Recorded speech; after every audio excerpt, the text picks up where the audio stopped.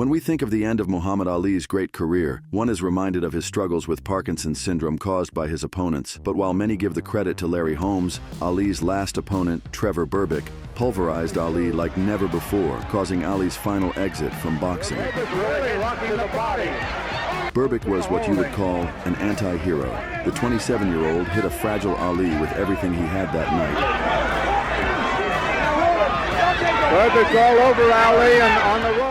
And as a result, angered a lot of passionate fans of the man perceived to be the greatest boxer of all time. You fought him, was there any revenge? 100%, yes, no doubt about it. I was going to kill him. Berbick's life was often marred by violence and strange incidents that would make Tyson's troubled life look almost normal. He went on to have a good career, but years after the fight with Ali, his own tragedy struck. Let us take you through the ill-fated story of the man who left behind one of the strangest legacies in boxing history. Trevor Berbick was born in Port Antonio, Jamaica, in either 1952 or 1954. Though he was believed to be 52 when he died, his true age is not known for sure. Some records show him to be as old as 56, others as young as 49. Explaining the discrepancies, he once said, "Legally, I'm a spirit.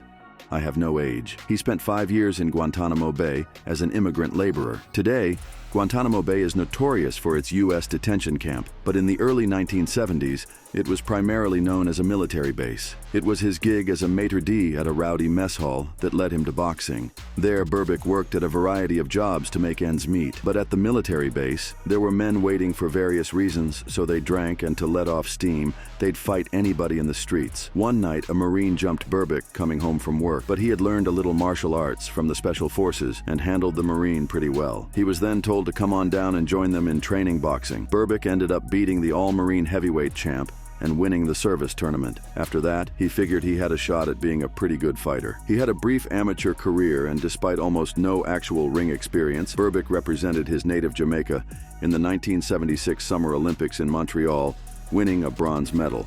Berbick developed a local following and lumbered his way to an 11-0 record. At 22, he faced Colombian mauler Bernardo Mercado. Although Mercado had been stopped in his only fights against recognizable opposition, his clubbing right hand was a legitimate weapon. That night, in front of 10,000 fans, Berbick was forcefully sent to the canvas, unconscious, after absorbing a booming overhand to the jaw in the first round. For the next year, Berbick drifted across Canada, building his record up to 14-1-1 against an assortment of mid-level fighters. His future as a backwater professional seemed assured until Top Rank Promotions miscast him as a stepping stone for Big John Tate in June of 1980.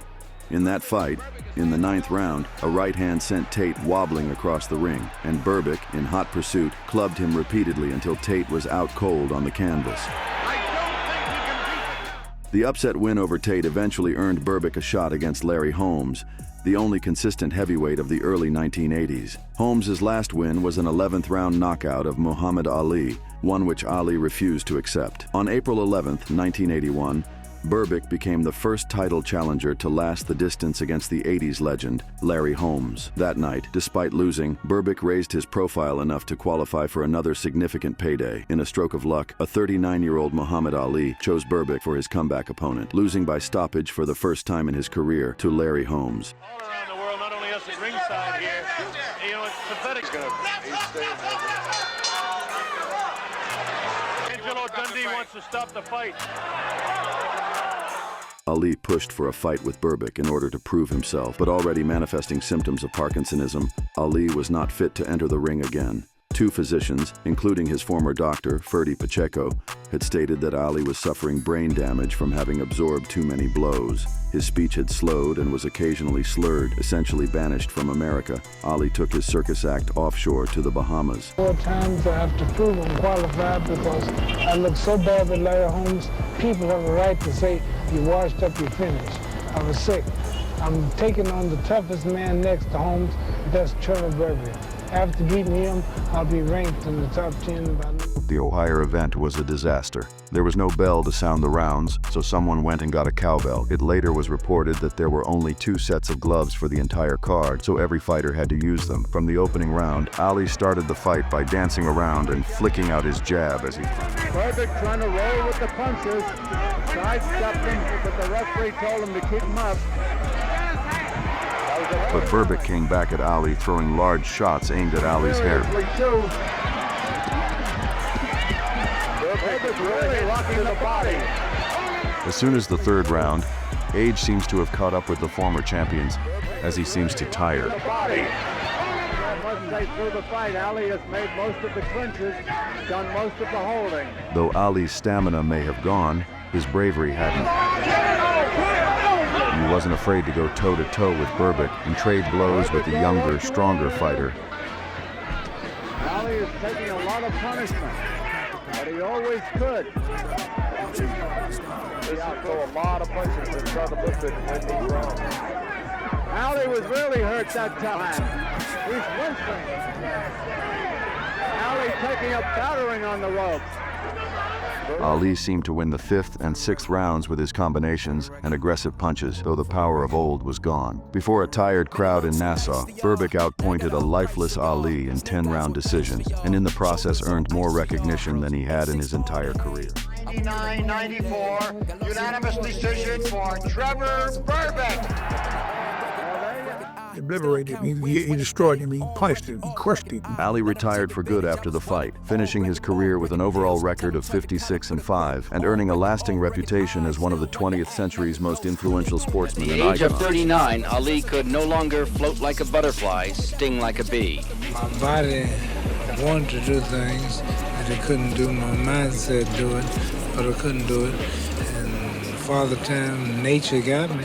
On the other hand, Berbick went on to win the World Boxing Council heavyweight title 5 years after, against Pinklon Thomas. This set him up for the biggest fight of his life. For $2.1 million, Berbick signed a contract that put the entire blood sport concept of boxing in stark context. He agreed to defend his WBC title against the rampaging terror, Mike Tyson. The date was set for November 1986. Fittingly for Berbick, the card was billed Judgment Day, because Tyson at the time was the most vicious knockout artist in boxing history. Besides James Tillis and Mitch Green, no other man had gone the distance with Tyson. That night, Berbick would be the sporting equivalent of a ritual sacrifice. Berbick was the last person to fight Ali, and he hurt Ali very bad. When you fought him, was there any revenge? 100%, yes, no doubt about it. I was going to kill him. You know, I know, saw the way he was hitting Ali really hard with everything he had. Ali didn't have nothing left. He couldn't do, he was trying to kill him. I said, oh, I can't wait till I get him. Him and Larry Holmes. As they faced off in the ring, Tyson was pumped up, sweating, likely off drugs as he did before his fights in the 80s, while Berbick did his best not to stare eye to eye with Tyson. Once the opening bell rang, Berbick knew there was nothing he could do. Tyson bombarded Berbick throughout the first round. Right hand lead right away. You get the idea now that Berbick having a little false bravado here. Standing toe-to-toe is not the way. If he doesn't pump that jab in the face, Tyson will come right through him. If he takes a light left jab, Tyson will be able to get underneath it. Oh, wow! With a right, another left hook that just raises. Trevor, notice that Berbick is standing directly in front of him. Encouraged, but this is a poor fight plan. Oh, the right hand gets him some feet. And we're just in round one. Tyson flips him with a right. You get the idea that Mike is shooting. Oh, right round. Tyson having a good first round. Wow with the uppercut miss. See this? Tyson walking right through. He's wild with the left hook as Berbick, and Tyson clips him with the left hand. Look at that. Combination. And Berbick stays on his feet. Another right hand clips him. He can't take shots like that very long. Wow with the right hand is Mike. Again he's got. And with only a handful of seconds left, he landed a right hand that sent Berbick stumbling. Knows that he can score at will now. Berbick doing nothing like he did against Pinklon Thomas. Berbick summoned enough energy to stick out his tongue at Tyson. It was just a sign that Berbick was already disoriented. In the second, a wobbly Berbick shuddered every time Tyson connected, until finally, barely 20 seconds into the round, a barrage of punches floored him. Again, 2 minutes later, a left hook connected, and Berbick plummeted, seemingly in slow motion, and crashed onto his back. Berbick's first instinct was to scramble to his feet, but his equilibrium was haywire, and he staggered across the ring, tumbling into the ropes, knocking a ringside photographer out of position. A final attempt to regain verticality ended with Berbick tottering into the arms of referee Mills Lane. That victory made Tyson the youngest heavyweight champion in history and started the decline of Berbick's career. Berbick's loss to Tyson seemed to mark a grim turning point. From then on, it would be one calamity after another. 6 months later, Berbick took part in a fracas with Larry Holmes that epitomized his now disordered life.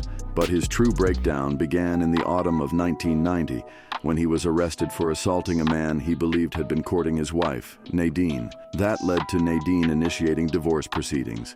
In November of that year, Berbick was charged with aggravated assault after he menaced his ex-financial manager at gunpoint. Finally, and most disturbingly, Berbick was accused of raping his babysitter in Miami. The victim testified that Berbick had driven to her apartment in Miami on Halloween in 1991, but then physically assaulted her, tearing off her clothing and raping her. Berbick was sentenced to 5 years in prison, but ended up serving just 15 months. That year, he was also found guilty of fraudulently obtaining a mortgage. After coming out of prison, Berbick returned to the ring in the mid-1990s, and only a failed CAT scan in 2000 kept him from continuing his farcical career into his 50s. The boxing authorities revoked his license, and he never fought again.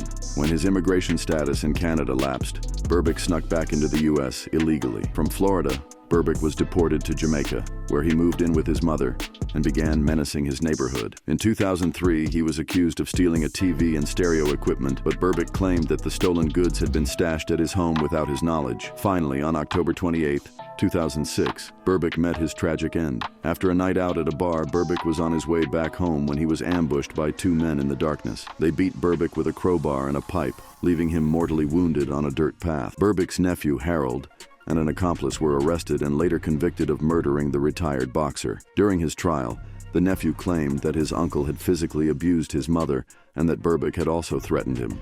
According to the Jamaica Gleaner, Berbick's skull was split open by numerous blows, and he was found only a few feet from the Church of God Chapel. I don't know what went down, but my experience with Mr. Trevor Berbick and people, he was kind of like a bully, tough guy. So you gotta be careful. You're a fighter and you're a tough guy. The odds of you living long is just not good. Not good, right? It's bad enough that you're a boxer or a tough guy. Now you're both of them. Yeah, you're not gonna be around long. Gone but not forgotten, Berbick wouldn't be listed among the greatest heavyweights of his era. Nonetheless, he had a fairly good career, with an impressive 50 wins, 11 defeats, and 1 draw. Having sent 33 men to the Shadow Realm, he was known for his strong punches. His untimely end cast yet another shadow over boxing, which frequently suffers from an image of violence outside the ring.